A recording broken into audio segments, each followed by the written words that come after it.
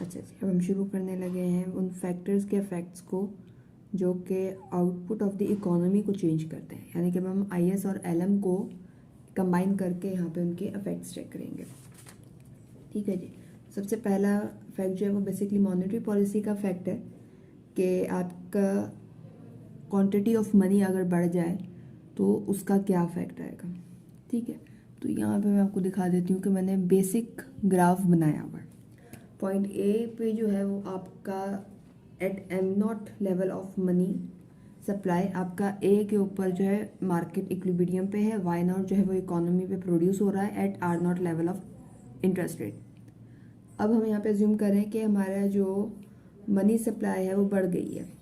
ठीक है, इक्विलिब्रियम की क्वांटिटी ऑफ मनी जो है वो बढ़ गई है एट M1, तो आपका LM जो है वो डाउनवर्ड एंड राइटवर्ड शिफ्ट हो जाएगा।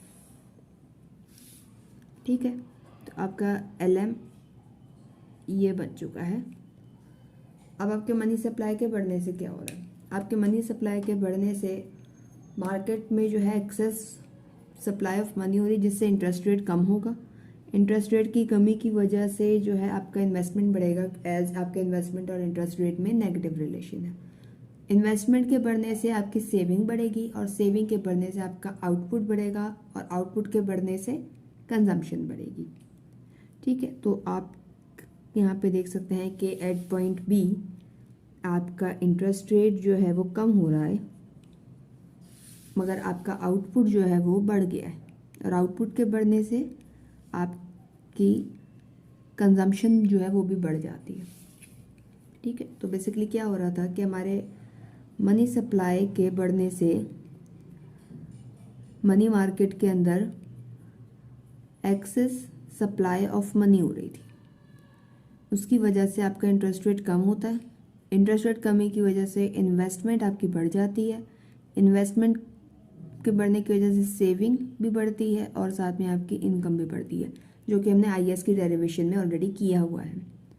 और जैसे ही आपकी इनकम बढ़ेगी, आपकी इनकम के बढ़ने से आप अपनी कंजम्पशन भी बढ़ा देते हैं। ठीक है, ये वो इफेक्ट है जो कि क्वांटिटी ऑफ मनी के बढ़ने की वजह से होती है।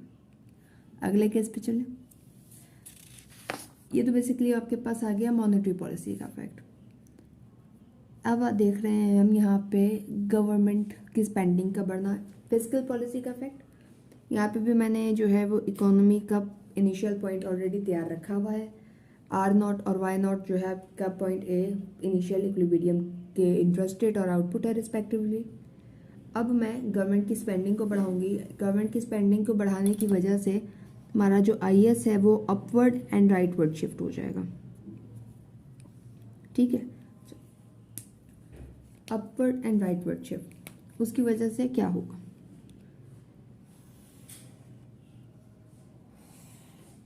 ठीक है, IS G1 उससे ये होगा कि जैसे आपकी गवर्नमेंट की जो है बढ़ जाएगी, आपका एग्रीगेट डिमांड बढ़ जाता है कि Y = C + I + G। जब आपका G बढ़ गया तो सिंपल एज दैट आपका Y भी बढ़ गया।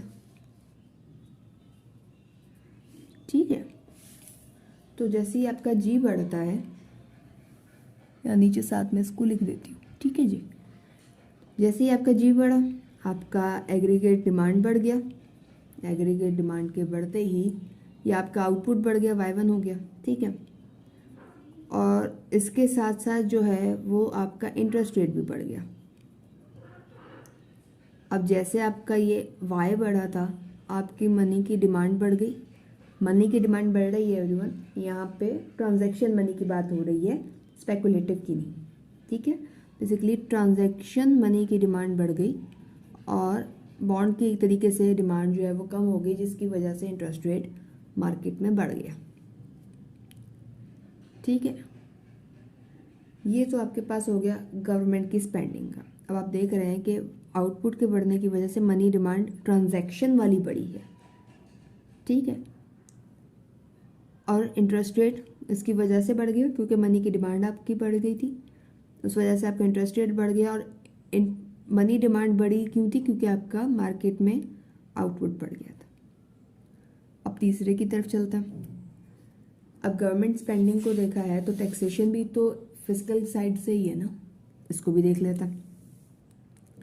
Effect of increase in taxation, तो बेसिकली टैक्सेशन में ये है कि आपका जो ये T0, ठीक है, अब टैक्सेशन बढ़ गया, T0 से T1 हो गया। टैक्स जो लगेगा वो आपको ज़्यादातर लगता है इनकम पे, आउटपुट लेवल पे। टैक्स लगने की वजह से आपका IS जो है वो डाउनवर्ड एंड लेफ्टवर्ड शिफ्ट हो जाता है, ठीक है। तो ये मैंने इसको यहाँ पे डाउनवर्ड एंड बैकवर्ड शिफ्ट कर दिया,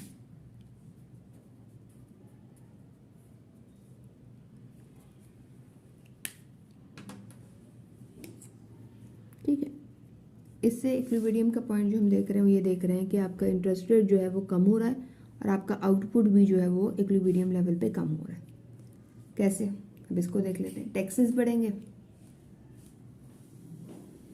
ठीक है जी। अब यहाँ पे इसको देख लेते हैं। आपने टैक्सेशन बढ़ाया, उसकी वजह से आपके पास एग्रीगेट डिमांड, ये जो इनकम है वो कम हो गई, डिस्पोजेबल इनकम जो है वो कम हो गई, ठीक है। उसकी वजह से आपकी कंजम्पशन भी कम हो गई। कंजम्पशन के कम होते ही आपने मनी की डिमांड जो है वो कम कर दी, ट्रांजैक्शन मनी की डिमांड की बात हो रही है यहाँ पे। यानी कि अब उनको कंज्यूम करना महंगा पड़ रहा है। अब उनको ये नज़र आ रहा है कि आज का खाना जो है वो महंगा पड़ रहा है एज़ कम्पेयर टू आगे का खाना, क्योंकि आगे भी तो हमने टैक्सेस ज़्यादा देने, तो क्या करेंगे, ट्रांजैक्शन मनी की डिमांड कम कर देंगे, वेयर एज बॉन्ड की डिमांड बढ़ा देंगे, यानी कि स्पेकुलेटिव वाले की डिमांड जो है वो बढ़ा दी जाएगी, ठीक है। अब ये जो आपका मनी डिमांड से बॉन्ड की डिमांड की तरफ एकदम से रुझान बढ़ता है, इस वजह से आपका जो इंटरेस्ट रेट है वो कम हो जाता है। आउटपुट भी कम हो गया और इंटरेस्ट रेट भी कम हो गया। आउटपुट भी कम हो रहा है, इंटरेस्ट रेट भी कम हो रहा है, ठीक है।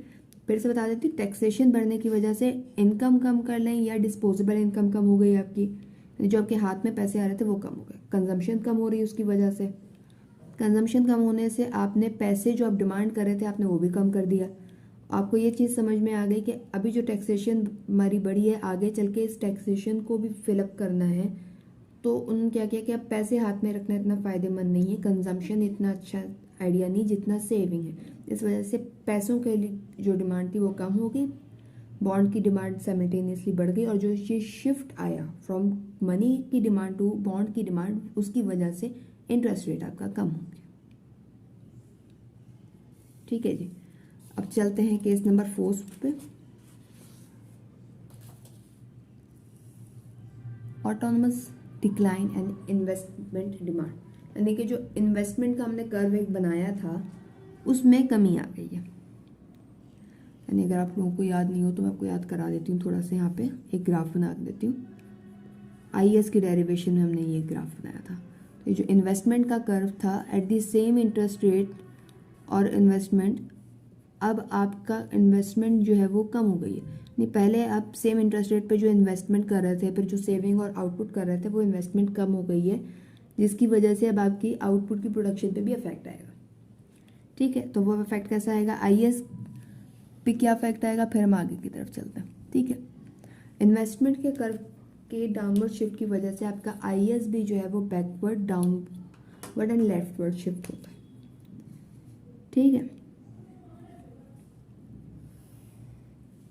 IS जो है वो भी आपका बैकवर्ड शिफ्ट हो जाएगा, जिसकी वजह से मार्केट पॉइंट B पे आएगी, जिसमें जो है आपका इंटरेस्ट रेट भी कम हो रहा है और आपकी इनकम भी कम हो रही है। इसमें क्या हो रहा है कि आपके जैसे ही आपके इन्वेस्टमेंट कम हो रही है, आपकी सेविंग भी कम हो जाएगी, जो मैंने अभी आपको बताया, ठीक है। आपकी इन्वेस्टमेंट कम होगी, आपने इक्विलिब्रियम की कंडीशन तो मेंटेन करनी है, आपने सेविंग भी कम कर दी। सेविंग की कम की वजह से आपकी आउटपुट भी कम प्रोड्यूस होगा। आउटपुट की कमी की वजह से क्या होगा कि आप कंज्यूम भी कम करोगे, कि पैसे ही आपके पास उतने नहीं हैं। अब इसकी वजह क्या है, कंजम्पशन कम होगी तो आप क्या करोगे, मनी डिमांड जो है वो कम करोगे। जो ट्रांजैक्शन मनी डिमांड थी वो अब आप कम करोगे, और इसके कंपैरेटिवली अब आप क्या करोगे, उसकी डिमांड ज़्यादा करोगे, बॉन्ड्स की। और बॉन्ड्स की डिमांड बढ़ने की वजह से आपकी जो है इंटरेस्ट रेट मार्केट में कम हो जाएगा। ठीक है, इसके बाद जो हम केस करेंगे वो बेसिकली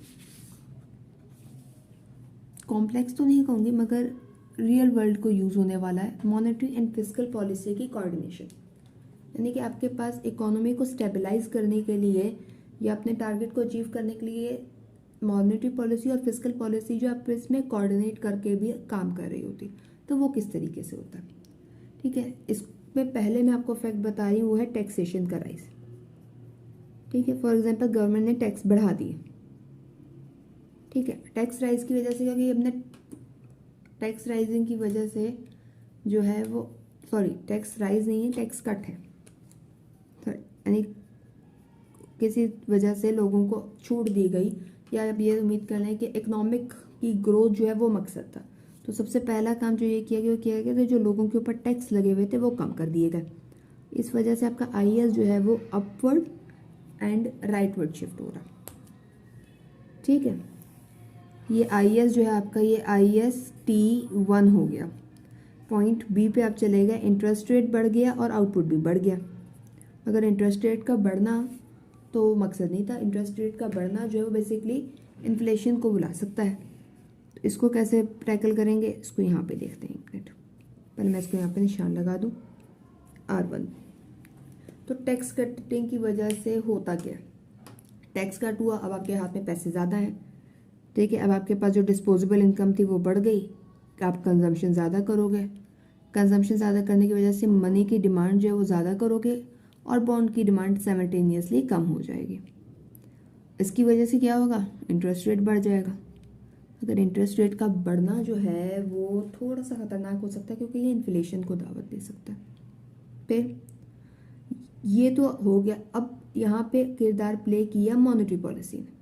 मॉनेटरी पॉलिसी ने क्या किया, उनके हाथ में था मनी सप्लाई। उन्होंने क्या किया, मनी सप्लाई को बढ़ा दिया। अब उससे क्या होगा, पहले यहाँ पे बना लेते हैं, उसके बाद बताती हूँ। मॉनेटरी सप्लाई के बढ़ाने से बेसिकली उनका टारगेट ये था कि उन्होंने इंटरेस्ट रेट को मेंटेन किया। पॉइंट सी पे आई कराएंगे। ठीक है, यानी कि LM आपने जो है वो आगे की तरफ शिफ्ट कर दिया, ये आपका LM बन गया, LM M1। इन लोगों ने ये टारगेट लगाया कि इन्होंने मॉनेटरी पॉलिसी के थ्रू जो है इंटरेस्ट रेट को टारगेट किया और उसको मेंटेन किया एट द इनिशियल लेवल। फिर मॉनेटरी पॉलिसी से क्या होगा, मॉनेटरी पॉलिसी मनी सप्लाई बढ़ने की वजह से मनी मार्केट के अंदर जो है एक्सेस सप्लाई ऑफ मनी, उसकी वजह से क्या हुआ, आपके इंटरेस्ट रेट पे डाउनवर्ड प्रेशर आया, जिसकी वजह से इंटरेस्ट रेट आपका कम हो गया। ठीक है, फिर इंटरेस्ट रेट कम होने से क्या हुआ, इन्वेस्टमेंट बढ़ गई। इन्वेस्टमेंट बढ़ने से सेविंग बढ़ी, सेविंग बढ़ने से आपका आउटपुट बढ़ गया। यही यहाँ पे हो रहा है। देखिए बी पे जितना Y1 था, जब LM आगे शिफ्ट हुआ, इंटरेस्ट रेट सेम हुआ, तो वापस आपका जो आउटपुट था वो मज़ीद बढ़ गया, Y1 से भी बढ़ के Y2 पे चला गया। तो इस तरीके से इंटरेस्ट रेट भी सेम रहा, आपका बिजनेस सेक्टर भी अफेक्ट नहीं हो रहा था, और आपकी इकोनॉमी में आउटपुट लेवल भी बढ़ गया फिस्कल पॉलिसी और मॉनेटरी पॉलिसी की कोऑर्डिनेशन से। ठीक है, इसके बाद जब आप वीडियो देखेंगे वो और ज़्यादा इंटरेस्टिंग है। वो उसमें हम देखेंगे कि हमारा IAS और LM रिस्पेक्टिवली जब उनके स्लोप्स डिफरेंट होते हैं, यानी कि स्टीपर होंगे, फ्लैटर होंगे, या परफेक्टली इनइलास्टिक, इंटरेस्ट इनइलास्टिक होंगे, तो उनका मॉनेटरी और फिस्कल पॉलिसीज़ पे क्या रिएक्शन होगा। ठीक, मगर उसके लिए आपको अगली वीडियो का इंतज़ार करना होगा।